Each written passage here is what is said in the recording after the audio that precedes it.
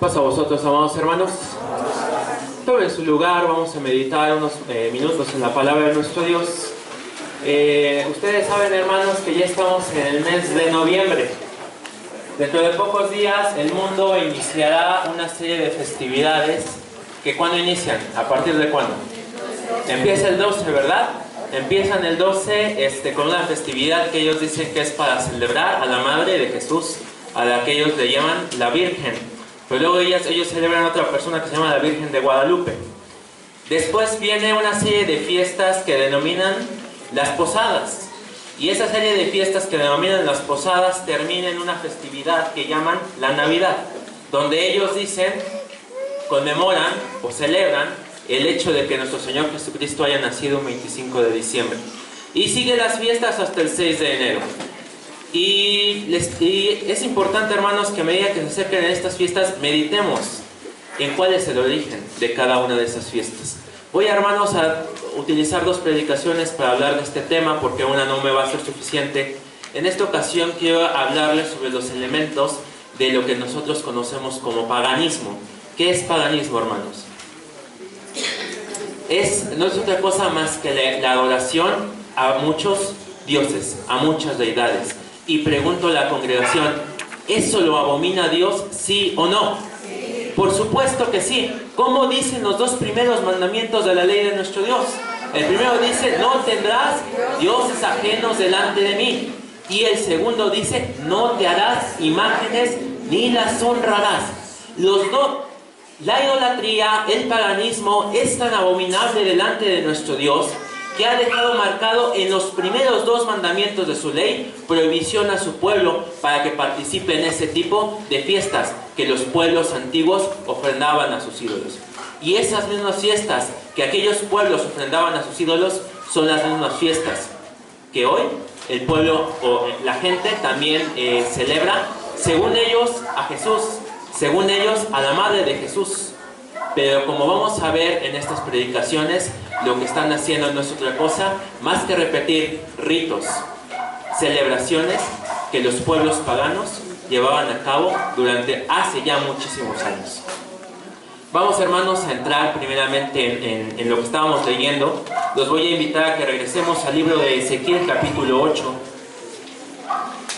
Y yo quiero preguntarles antes que nada algo, hermanos. El pueblo de Israel, después de que se divide el reino, empieza a caer constantemente ¿en qué? En idolatría, ¿sí? Si nosotros vemos a los profetas, vemos a Isaías, vemos a Jeremías, vemos a Ezequiel, que constantemente están regañando al pueblo de Israel, porque terminaban ¿qué? Inclinándose a ¿quiénes? Hacia los dioses de los otros pueblos, ¿sí? Y empezaban a adorar una serie de ídolos.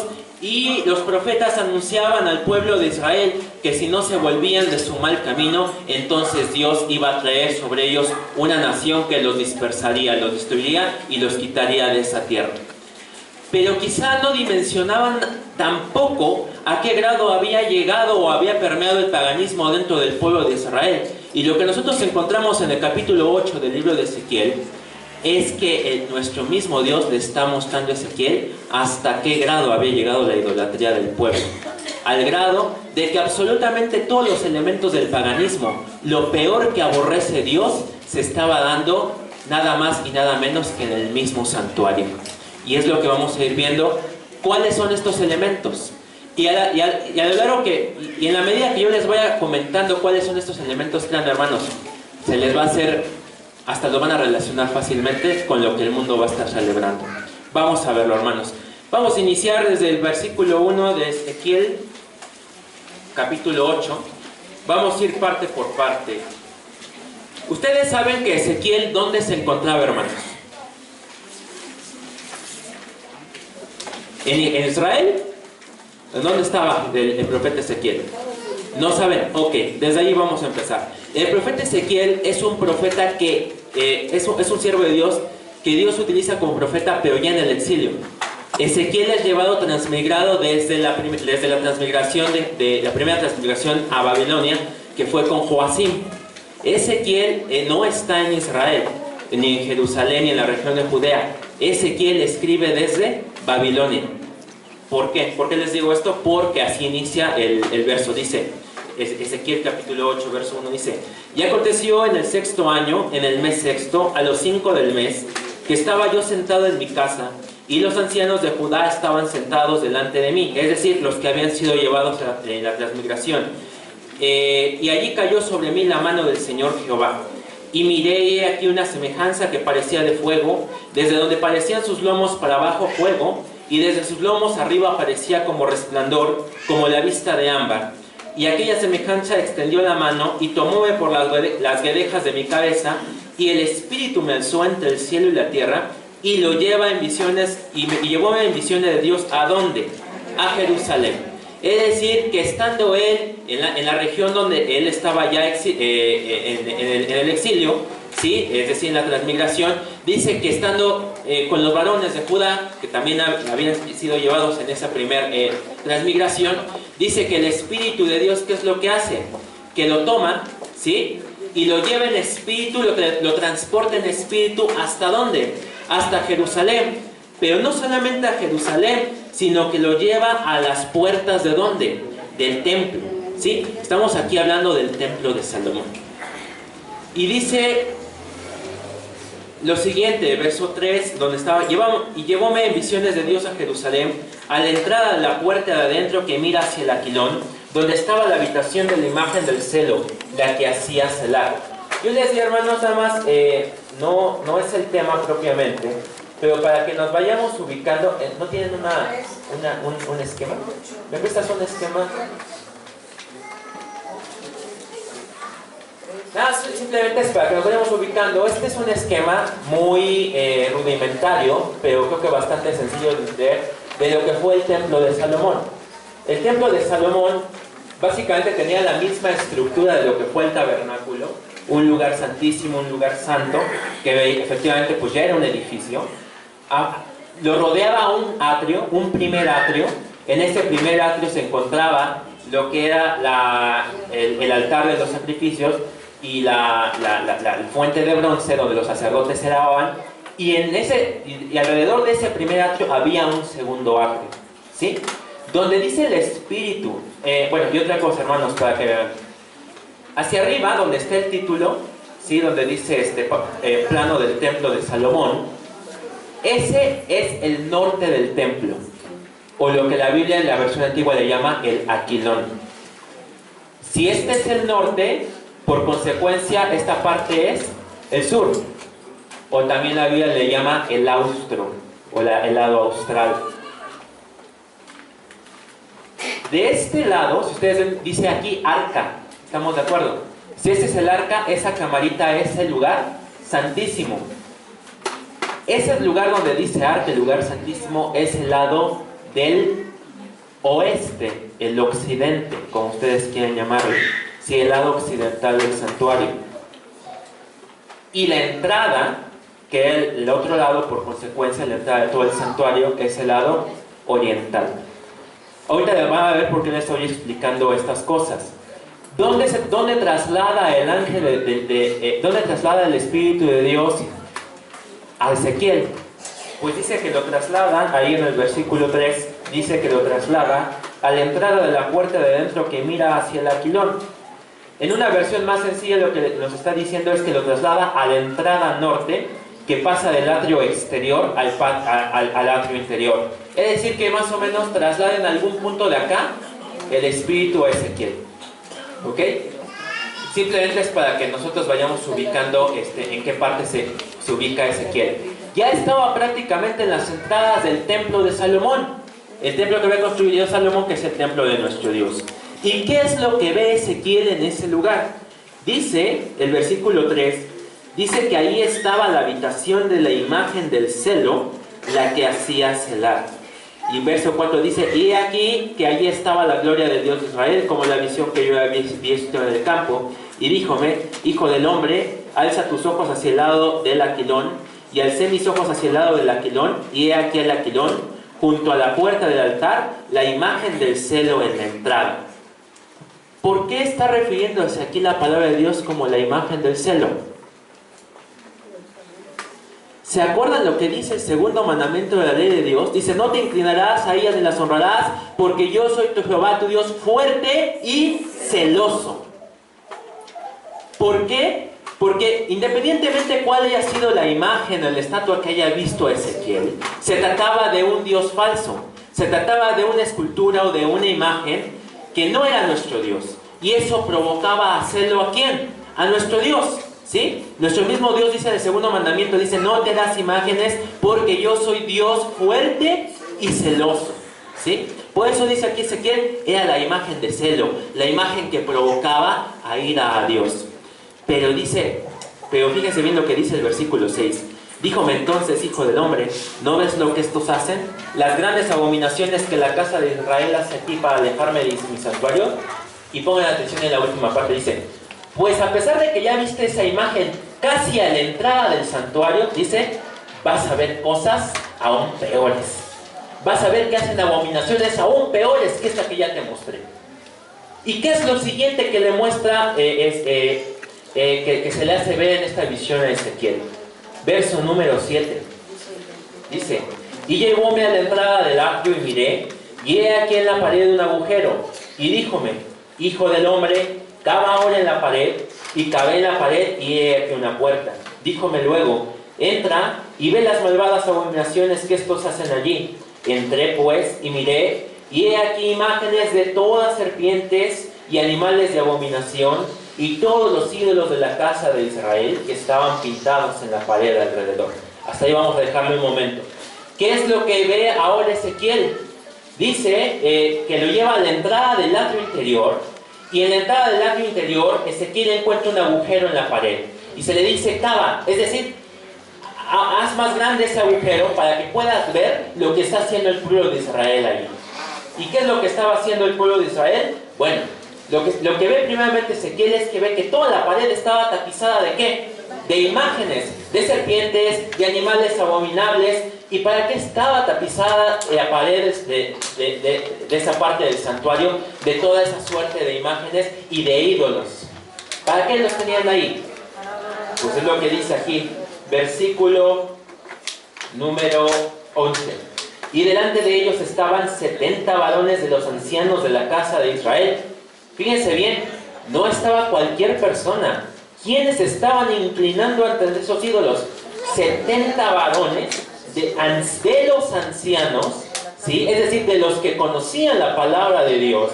70 varones de los ancianos de la casa de Israel.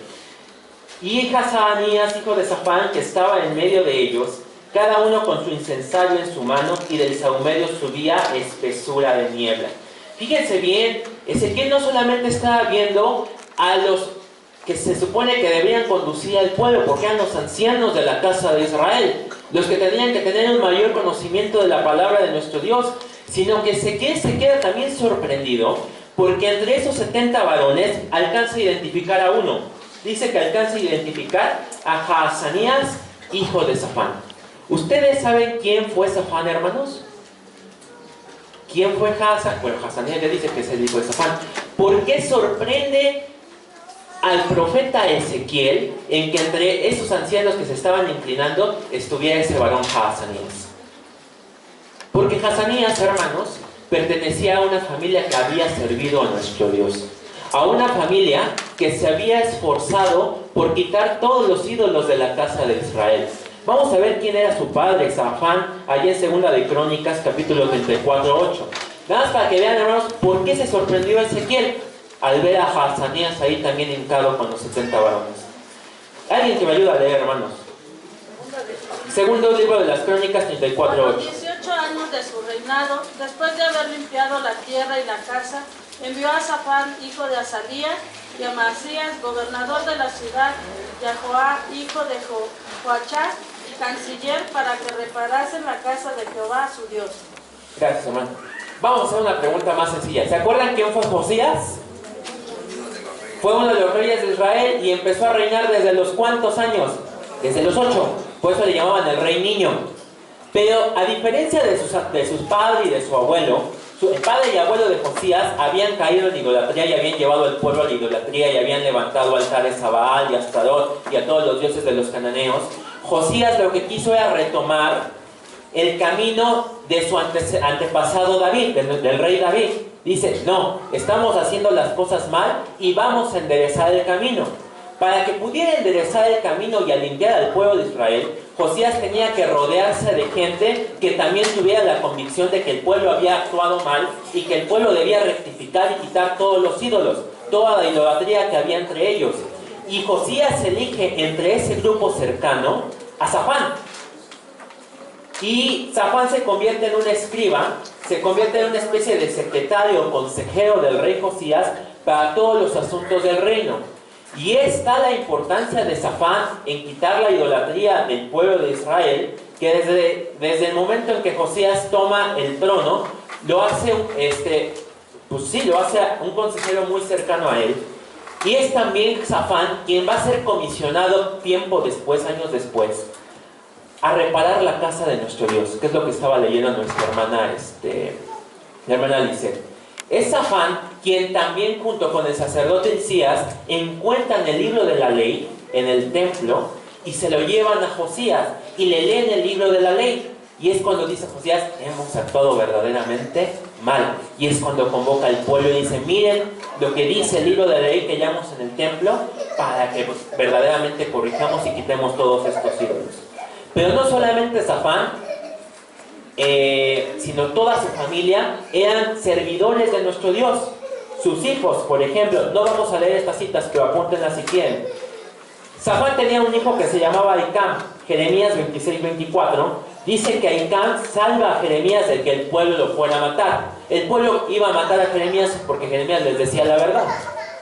Jeremías les decía que lo que estaban haciendo estaba mal, que Dios iba a traer un castigo en consecuencia, y el pueblo que lo que quería era pues callar a Jeremías y lo quería matar. Lo que hace Ahicam, que es hijo de Safán, es salvar a Jeremías. Pero no solamente está Ahicam. Si nosotros nos vamos a Jeremías 29, si leen ahí versículos 1 y 3, ahí encontramos a otro hijo de Safán, Elasa. Elasa apoya a Jeremías en el ministerio de Jeremías, y él se encarga de llevar una carta del profeta Jeremías hacia los judíos que ya estaban en el exilio en la región de Babilonia, ¿sí? Lo que hace Elasa es ayudar a Jeremías a transmitir su mensaje.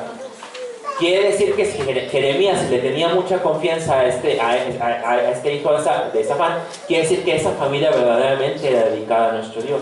Y un tercer ejemplo, ustedes leen en sus casas el capítulo 36 del libro de Jeremías, van a encontrar que otro hijo de Safán, Gemarías, y su hijo Micheas son los encargados también por salvoconducto de Jeremías de leer ante el rey Joacim un rollo que les entregó Jeremías, en el cual advertía al rey Joacim lo que iba a sucederle al pueblo de Israel en caso de que siguieran cometiendo los mismos errores.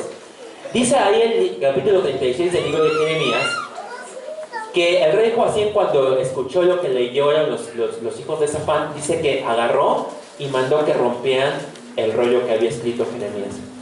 Y dice que los hijos de Safán le suplicaron al rey que no lo hiciera, que no rompiera ese rollo. ¿Y por qué se lo suplicaban? ¿Por qué se lo suplicaban? Porque los hijos de Safán pues también habían sido educados con ese celo de las cosas de nuestro Dios.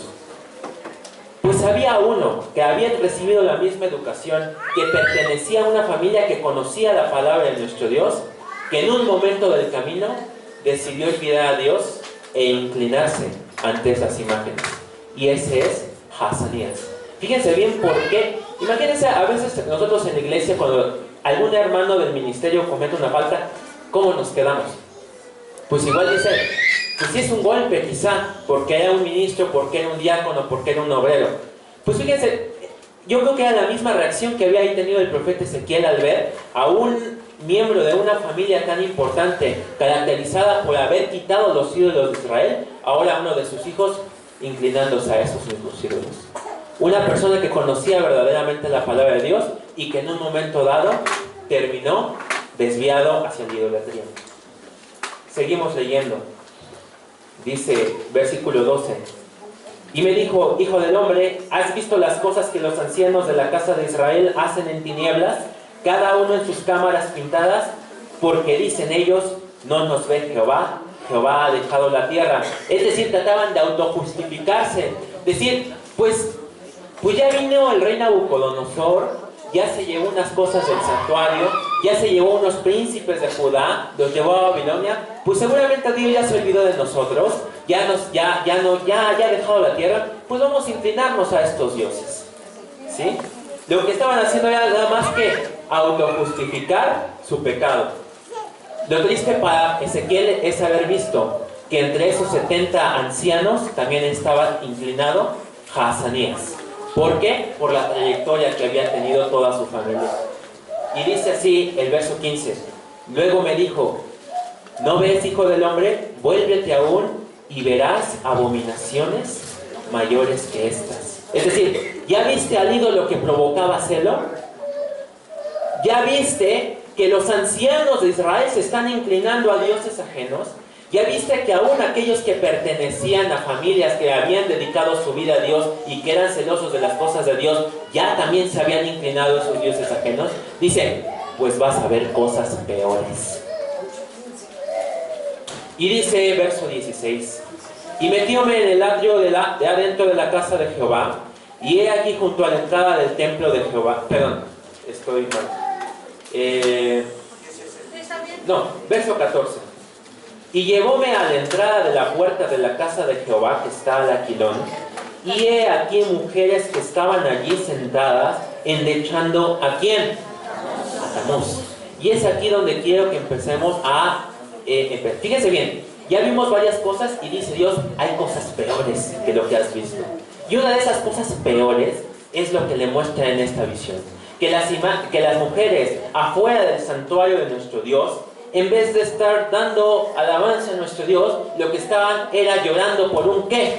Por un ídolo, por un Dios, y no cualquier ídolo, sino específicamente por un Dios llamado Tamuz. ¿Quién era Tamuz, hermanos? Según el mito babilónico, hermanos, Tamuz era una deidad de los babilonios, de los sumerios. Y este dios Tamuz a su vez estaba relacionado con una deidad también muy importante dentro de Babilonia, una diosa llamada Ishtar.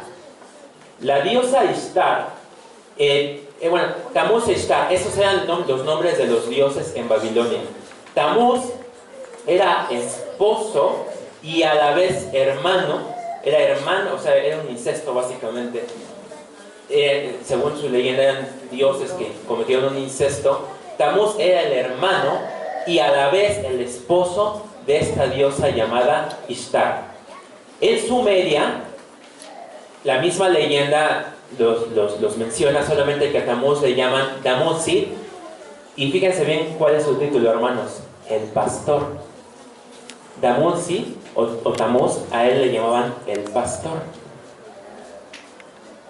Y a Ishtar le llamaban...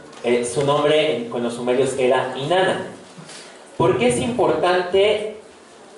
No podemos hablar de una deidad sin hablar de la otra, porque las dos están relacionadas. Y la razón por qué estas mujeres están llorando a Tamuz también se debe mucho a lo que hizo Ishtar. Les voy a explicar brevemente, hermanos. Ishtar era la diosa madre, la gran diosa madre de los babilonios. En Babilonia, Ishtar recibía un título honorífico. ¿Saben cuál era ese título? Reina del cielo y señora de la tierra. Se asociaba con la sexualidad y su culto implicaba la prostitución sagrada.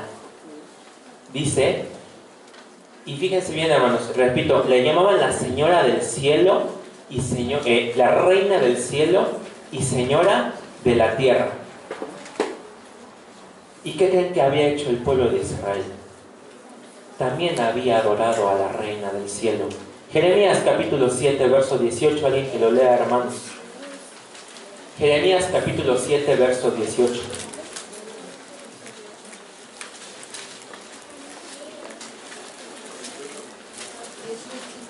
Sí, Jeremías 7, 18.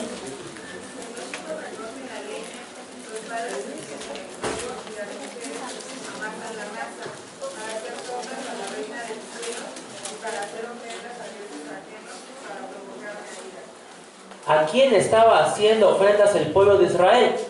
a la reina del cielo. Jeremías 44, 15 al 19.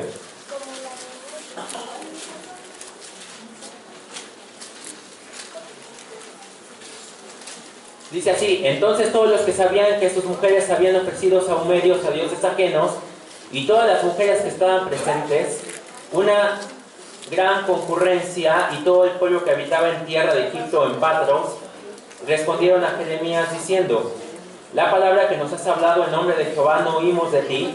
Antes pondremos ciertamente por obra toda palabra que ha salido de nuestra boca, para ofrecer sahumerios a la reina del cielo, y derramándole libaciones, como hemos hecho nosotros y nuestros padres, nuestros reyes y nuestros príncipes, en las ciudades de Judá y en las plazas de Jerusalén, y fuimos hartos de pan, y estuvimos alegres, y no vimos mal algunos.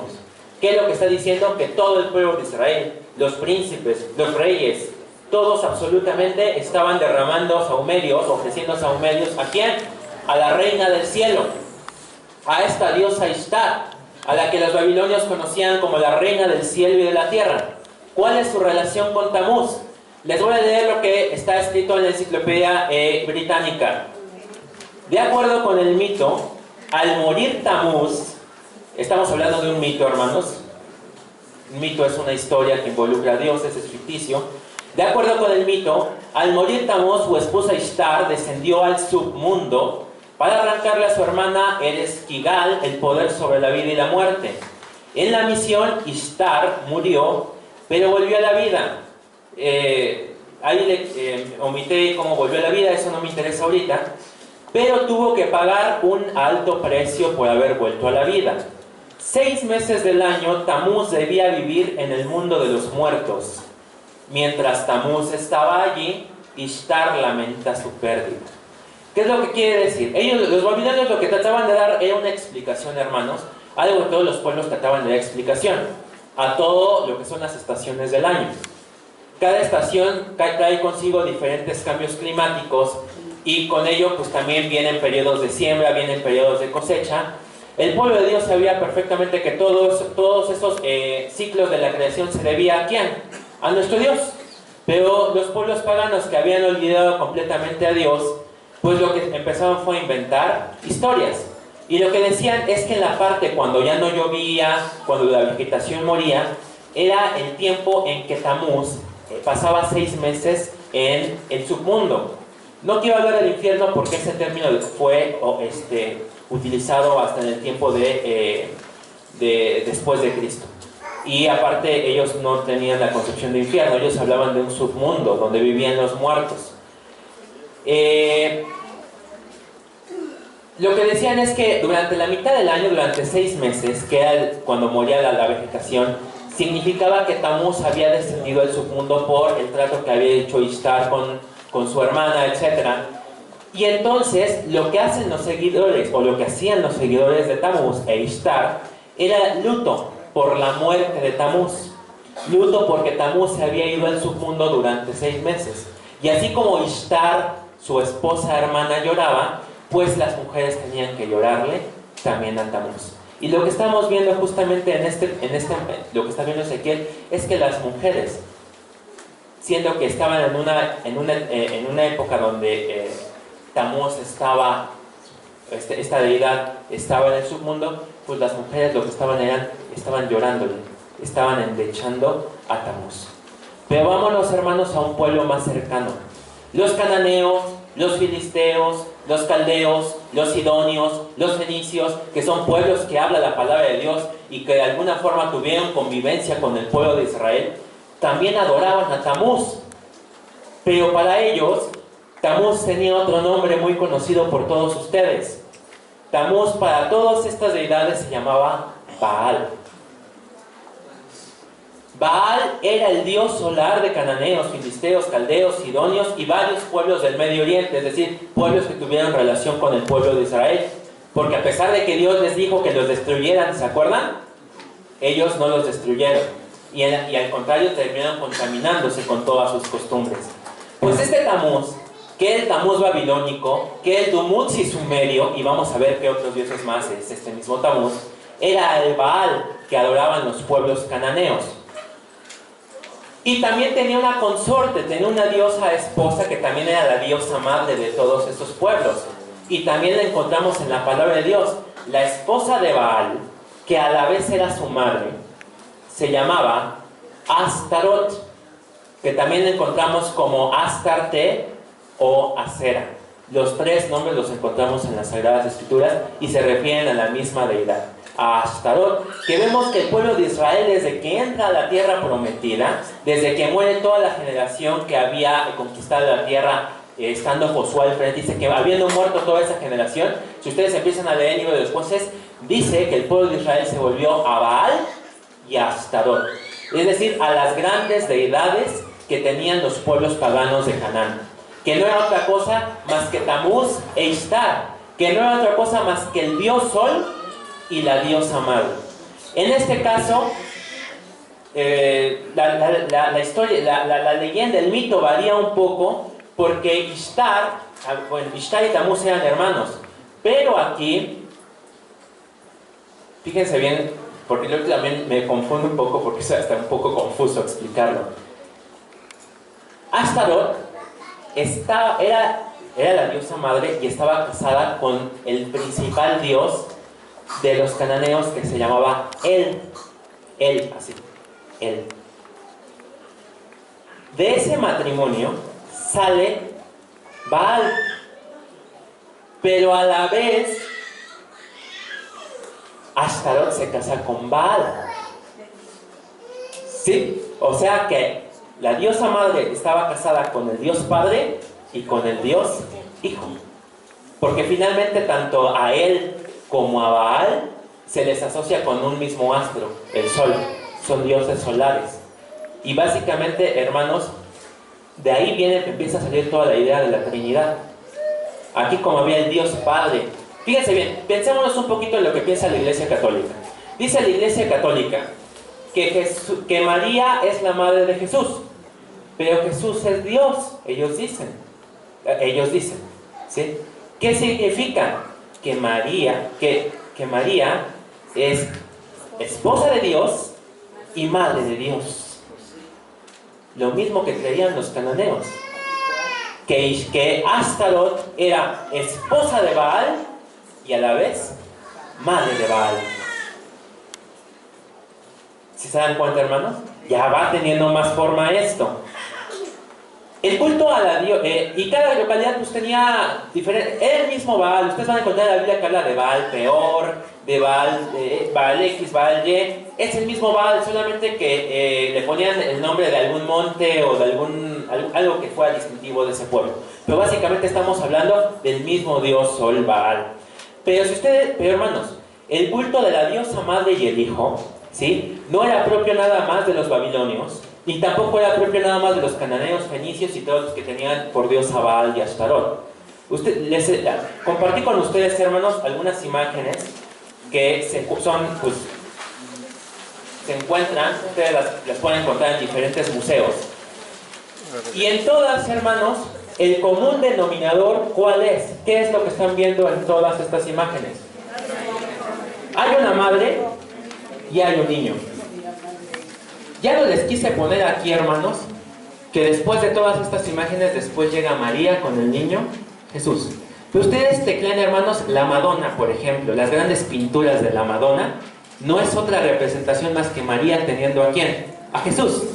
Pero esta iconografía no es propia de la iglesia, no es propia de los hijos de Dios, ni del cristianismo, ni de la iglesia de Dios, sino, como vemos claramente aquí, esta iconografía ya existía en todos los pueblos paganos. Déjenme explicarles las figuras un momento. La figura 1 que ustedes tienen ahí, esta es la diosa pájaro. La diosa pájaro de la cultura vinca.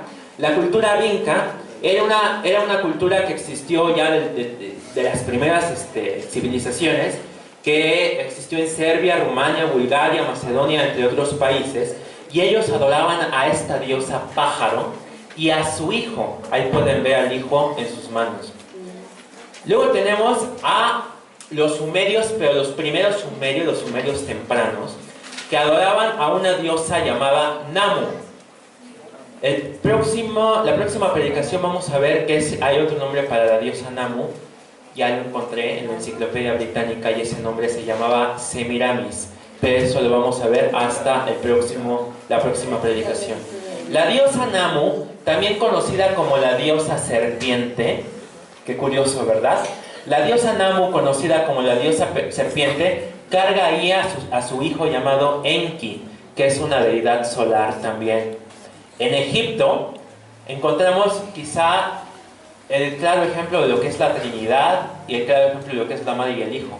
Tienen a la madre, a la diosa Isis, que es también la diosa madre de los egipcios, y tiene ahí amamantando a su hijo Horus, que es el dios solar de los egipcios. Déjenme detener un momento en esta historia, hermanos, y contarles también lo que sucede en este mito. Dice la mitología egipcia que Isis, que es la diosa madre de los egipcios, la reina madre, tenía un esposo, también dios solar, llamado Osiris, ¿sí? El dios Osiris era el dios sol de los egipcios. No me acuerdo por qué, hermanos, pero resulta que alguien mató al dios. Imagínense, es un dios y lo matan. Qué cosas, ¿verdad? Los dioses de los pueblos, dice la palabra de Dios, son nada. Los matan. Nuestro Dios, ¿qué? Es eterno. Nadie puede hacerle nada. Pero a este dios de los egipcios, Osiris, lo matan, lo despedazan. Y lo que dice el mito es que Isis empieza a juntar todos sus pedacitos y lo vuelve a armar. Pero ya no pudo revivir Osiris, ya los habían muerto. Pero no, mágicamente, el espíritu de Osiris hizo que Isis quedara nuevamente embarazada del mismo Osiris. O sea, ya ese muñequito que armó pues ya no podía servir de nada porque ya había muerto, pero el espíritu de Osiris hace que Isis quede embarazada del mismo Osiris, solamente que ahora le va a llamar Horus. Es decir, que el dios padre, el dios solar padre, reencarnó en el dios solar hijo y nuevamente volvemos a tener la misma historia. Isis es la madre de Horus, pero también es su esposa, porque resulta que Horus es el mismo Osiris. ¿Se dan cuenta? Eso es lo que... Muy similar a lo que también dicen el mito de Baal y Astarot. Pero seguimos. La mujer que sigue, la imagen que sigue, la 4, es Xingmu. Xingmu es la diosa madre de los chinos. El número 5 te encontramos a Virgo Parítura. Virgo Parítura, como el Virgo viene de virgen, la Virgen Parítura, era la deidad que adoraban los... de donde también sale el Halloween, los celtas, ¿sí? Y su linaje sacerdotal que eran los druidas. La imagen número 6, hermano, lo que encontramos ahí es una representación de la misma diosa, pero conocida de diferentes maneras. Para los griegos se llamaba Gea, para los romanos se llamaba Terra Mater o Tierra Madre, y para los de Frigia le llamaban la diosa madre o también llamada Cibeles. De hecho todavía hay una imagen de aquí de Cibeles, de esta diosa, está en la colonia Roma, le llaman la fuente de Cibeles. Bueno, esa mujer que anda cabalgando con 2 leones y demás, es esta mujer también, es Cibeles, la diosa madre de los frigios, la Terra Mater o la tierra madre de los romanos, y Gea, la madre también, la primera, la diosa reina de los griegos. La imagen número 7 es de India. Ahí tenemos a Devaki y a Krishna, la deidad solar también de la India. Y la imagen número 8, hermanos, esos dibujitos que tienen ahí son sellos sumerios del año 2300, más o menos datan del 2300 o 2000 antes de Cristo. Estos sellos sumerios están representando a Ishtar, a la diosa de los babilonios, de la que hablamos en un principio. E Ishtar, si se dan cuenta ahí, tiene en los sellos, tiene a quién. Hay una mujer ahí sentada y tiene encima a un niño. Y se ve como pues hay gente que le trae presentes, obsequios y demás. Es decir, que la misma diosa madre Ishtar, también ahí se conserva que tiene un hijo al cual todo el mundo le va a rendir cierto culto. Estos, hermanos, son dibujos, bueno, no son dibujos, son imágenes que recopila dos historiadoras, una es psicóloga, la otra es historiadora, filósofa, estudian en la Universidad de Cambridge y en la Universidad de Londres. Es Anne Baring y Jules Crashford. Ellas hicieron un libro que se llama El mito de la diosa. Así se llama este libro. Trato, hermanos, siempre de guiarme o sea, complementar lo que nos dice la palabra de Dios, pues con lo que dicen los historiadores, los estudiosos. Trato de que sea literatura seria de la que les hablo, para darle más credibilidad a lo que estamos diciendo. ¿Por qué les digo esto? Les voy a leer un paréntesis. ¿Ustedes se acuerdan que había un libro que se llamaba, y seguramente ustedes lo tienen, no sé si incluso lo están vendiendo ahorita, se vendía en Río Blanco, que se llamaba Babilonia Misterio Religioso? Bueno, Babilonia Misterio Religioso lo hizo un hombre llamado Ralph Woodrow. Ese libro no es otra cosa más que explicar en palabras sencillas un libro que fue publicado a finales de 1800, que hizo un ministro de la Iglesia de Escocia llamado Alexander Hislop, ¿sí? Y lo que hace es sustentar una tesis que vamos a ver hasta la próxima predicación sobre por qué existen todas estas similitudes, y lo remite hasta épocas de Nimrod. Bueno, la idea, lo que les quiero decir es que yo no me quiero basar en el libro de Babilonia Misterio Religioso, porque resulta que en 2004 este hombre se arrepintió de lo que escribió. Y no solamente se arrepintió de lo que escribió, sino que sacó un nuevo libro que no lo han traducido al español, está en inglés, que se llama La Conexión Babilonia. Que no es otra cosa más que decir, ¿se acuerdan de lo que les dije en Babilonia Misterio Religioso? Ah, pues estaba mal, hagan caso omiso. Y de hecho ya sacó otro libro que ya se llama La Navidad Reconsiderada, donde básicamente reniega de todo lo que escribió en su primer libro. Él finalmente tiene lo que él era una persona que estaba en el catolicismo, la convirtió al cristianismo, no sé a qué rama del protestantismo. Alguien le prestó el libro de Hislop, de Alexander Hislop, lo empezó a leer y dijo, ah, sí, mira, Alexander Hislop tiene razón. Lo que hace es escribir este libro, que es lo mismo que escribe Alexander Hislop, pero de una forma más comprensible, ¿sí? Más amigable. Y después alguien le dice, oye, ¿sabes qué? Fíjate que no, estás mal, y lo convence. Y le dice, ah, no, pues ¿sabes qué? Pues era una persona que basó toda su tesis en lo que ya había escrito otra persona pasada. No vio más que lo que decía Hislop. Y lo que yo trato es no basarme en lo que decía Hislop, sino basarme en diversos estudios que han hecho no solamente personas involucradas con la palabra de Dios, sino personas completamente ajenas a lo que es la Iglesia de Dios, pero cómo van llegando a lo mismo que nosotros creemos. O básicamente cómo van comprobando con la historia, la arqueología, lo que nosotros creemos con la palabra de Dios. Por eso es que lo hago, hermanos.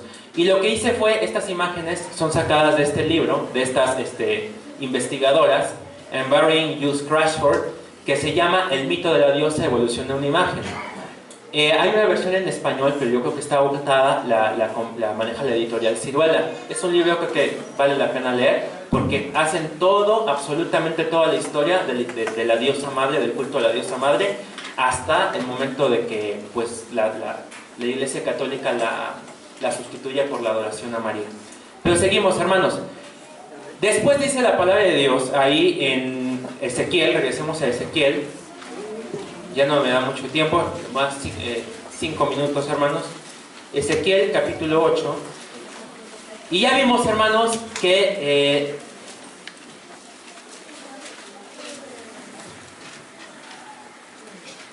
se le muestra a Ezequiel la imagen del celo. Se le muestra a Ezequiel cómo es que los ancianos de Judá se inclinan ante toda suerte de imágenes, de deidades, de animales, de bestias abominables. Se le muestra cómo estas mujeres están endechando a Tamuz. Y al endechar a Tamuz lo que están haciendo es llevar a cabo toda la celebración religiosa que involucra tanto a la diosa madre como a ¿quién? Como al hijo. Dice, pues ya viste todo esto, pues aún hay cosas peores que te faltan por ver. Dice, hay cosas aún peores que todo lo que ya acabas de ver. Y lo que sigue diciendo, dice, verso 16, y metióme en el atrio de adentro de la casa de Jehová, y he aquí junto a la entrada del templo de Jehová, entre la entrada y el altar, como 25 varones, sus espaldas vueltas al templo de Jehová, y sus rostros al oriente, y encorvábanse al nacimiento del sol. Dice, has visto 3 visiones, has visto 3 cosas que está haciendo el pueblo de Israel. Hay una cuarta, y es peor que las 3 anteriores. Fíjense bien lo que está viendo Ezequiel. Regresen a su imagen del santuario, hermanos. El ángel de Dios traslada a Ezequiel a esta zona. Ya lo está trasladando justamente a lo que es la entrada del templo, del edificio del templo, lo que nosotros conoceríamos como el lugar santo, donde se encontraba la mesa de los panes de la proposición, el altar del incienso y el candelero de oro. A esa zona, ¿quiénes podían entrar, hermanos? Solamente los sacerdotes. ¿Estamos de acuerdo? Nadie más. Yo les había dicho, hermanos, que este era el oeste del santuario. ¿Estamos de acuerdo? En el oeste del santuario estaba el lugar santísimo, el arca del pacto, y ustedes recuerden que el arca del pacto es donde se manifestaba la gloria de Dios. Imagínense, hermanos, que hacia allá queda el arca del pacto, que hacia allá es el oeste. Los sacerdotes, ¿hacia dónde tendrían que estar mirando? Hacia el oeste, ¿sí? Porque hacia allá estaba el arca, hacia allá estaba la manifestación de la gloria de Dios. Pues, ¿qué estaban haciendo los sacerdotes? Estaban dándole la espalda, ¿sí?, al oeste, dándole la espalda a donde se manifestaba la gloria de Dios, para mirar al oriente. Y en el oriente, ¿qué es lo que estaba viendo Ezequiel? Que estaba el nacimiento del sol. Y estos sacerdotes una vez que le habían dado la espalda a Dios, habían decidido mejor venerar al sol. Dice, de todas las abominaciones que has visto, esta es la peor. Mis sacerdotes me han dado la espalda, y ahora están inclinándose hacia el nacimiento del sol. Y es que, como vamos a ver en la próxima predicación, de ahí sale todo, de la deidad solar, ¿sí? Que vamos a ligar con un hombre llamado Nimrod. Pero de esta deidad solar, ¿sí?, se empezaron a inclinarse olvidándose de Dios. De ahí es el origen del paganismo, ¿sí? Es prácticamente el origen de todo el paganismo en todo el mundo, de esa deidad solar. Había deidades solares en todas las culturas. Ya vimos que para los cananeos, ¿cómo se llamaba?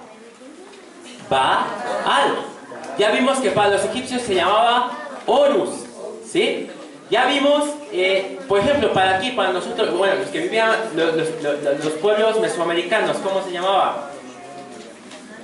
Se llamaba Quetzalcóatl, el dios solar. La diosa madre es Tonatzin.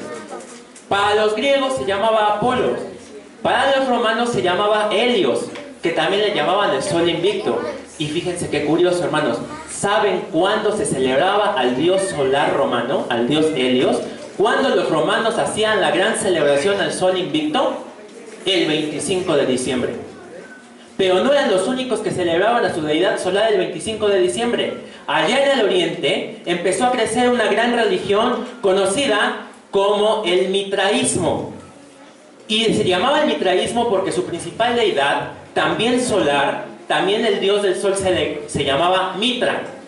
Y si ustedes ven lo que es la historia de Mitra, hermanos, van a encontrar muchas similitudes. Lo astuto que es Satanás, van a encontrar muchas similitudes con la forma en cómo nació nuestro Señor Jesús y con la vida de nuestro Señor Jesús. Pero para ellos no era nuestro Señor Jesús, para ellos era una deidad solar llamada Mitra, la principal deidad de ese mitraísmo. ¿Cuándo creen que se celebraba a Mitra? ¿Cuándo se festejaba el nacimiento de Mitra? El 25 de diciembre. Y nada más para terminar, hermanos, ¿cuándo dicen aquí la gente que tenemos que celebrar el nacimiento del Señor Jesús?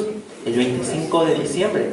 Pero lo que sucede es que la Iglesia Católica lo que hizo fue mezclar todo y decir, bueno, aquí tienen un personaje llamado Mitra, que en muchos se empalma con lo que hizo Jesús.